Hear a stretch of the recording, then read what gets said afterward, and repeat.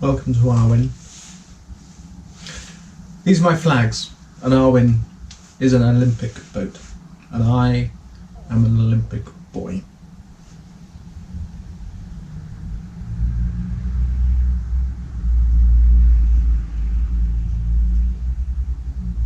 Always a naughty boy at school, really. I was distracted by my own imagination. Very often punished for daydreaming and disruption as I was distracted from the subject.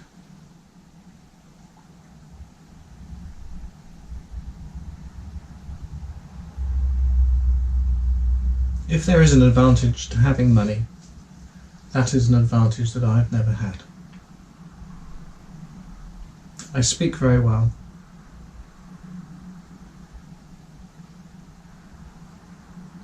But that implies nothing about my standing in society or the degree to which I deserve respect.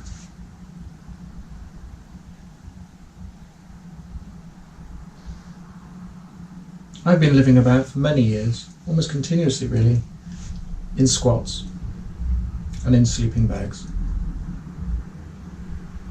I have had a homeless life.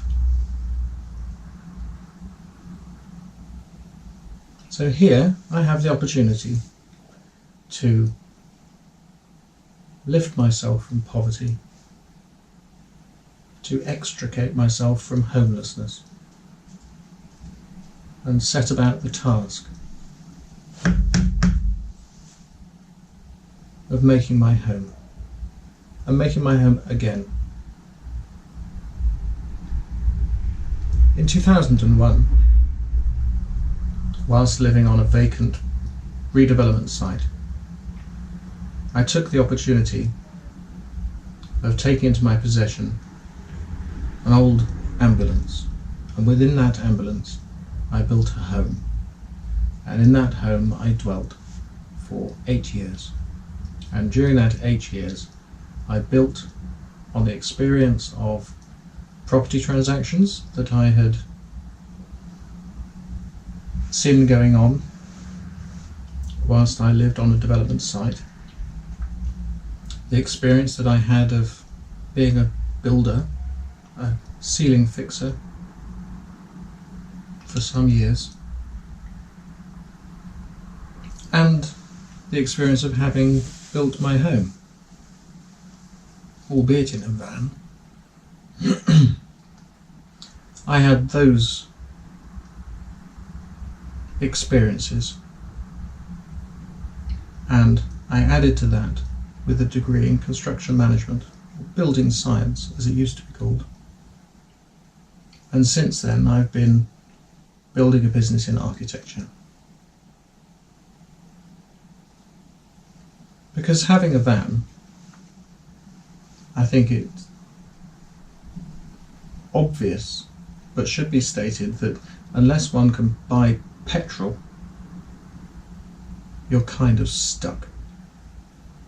And I did not have the means of supporting myself financially at that time, and therefore I did not have the means of continuing my existence in the van. It was not sustainable. I let the van go after a number of years and moved into a council flat. I found, as I had been living without the proximity of other people, I found that being in the council flat and hearing domestic violence and shouting and being threatened and intimidated and having dealings with the police, that I very quickly became anxious to distraction. So when it was that the Olympic flame came through Abingdon,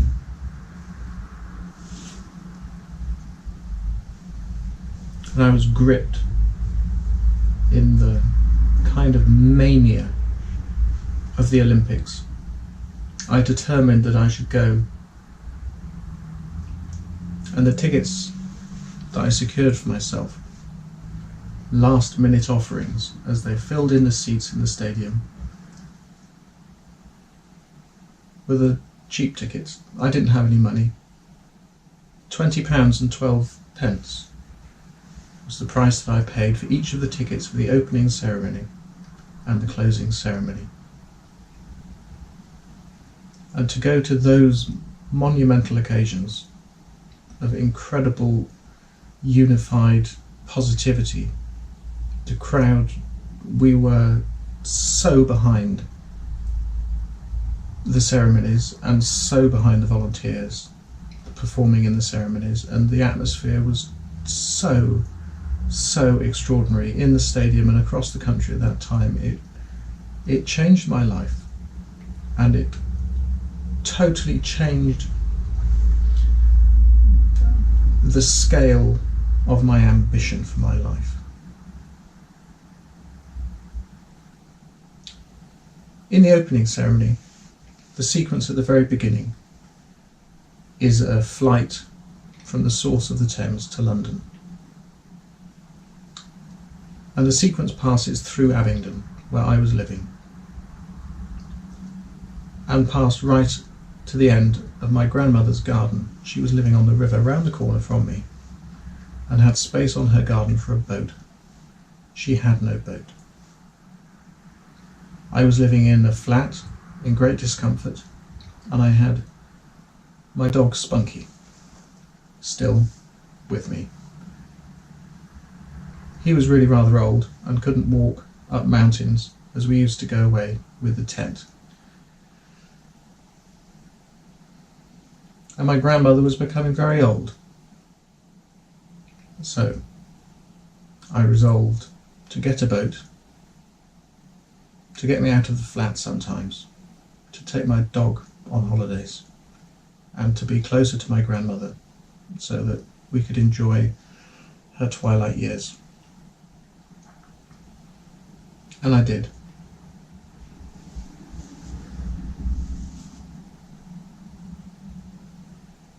I dressed her for the anniversary of the ceremonies with these flags. We had a little celebration. She really is, she embodies for me the spirit of determination and the spirit of independence and self-expression and work and the Olympic ideals. She's always been an electric boat whilst I've had her. I do not believe in the use of fossil fuels, and I certainly do not believe in the use of fossil fuels on water. As part of the Electric Boat Association, I was invited to take part in these rosettes. I'm not a horsey person. These are the rosettes commemorating my participation as an electric boat owner in the Thames Festival, the London Thames Festival River Relay. I did it in 3 consecutive years, the 3 consecutive years that it ran, to do my part in conveying a bottle of water filled at the source of the Thames to be taken to London and to celebrate the link of London with its river, which I proudly did, indeed.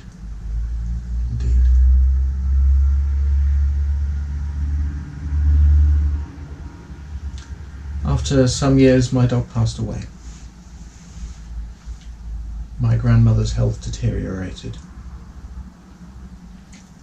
as did the situation with my council flat. I surrendered living in Abingdon. I gave it up in 2016, and have been very lucky again to have the opportunity of living in a redevelopment site, a vacant redevelopment site. My time is coming to a close here now, and I have until March, until September, to do again what I did with the van, to make my home within. It is then that I invite you to follow my progress with the design and restoration and conversion of the boat, and also to share my ideas of how one can sustain life aboard financially and in other respects, and then hopefully to enjoy some voyages with me when she's done and we're all free. But first stop for me down the River Thames is to follow that sequence and go all the way down the river, out under Tower Bridge, and turn left to the Olympic Park. I'll be there, waving my flag.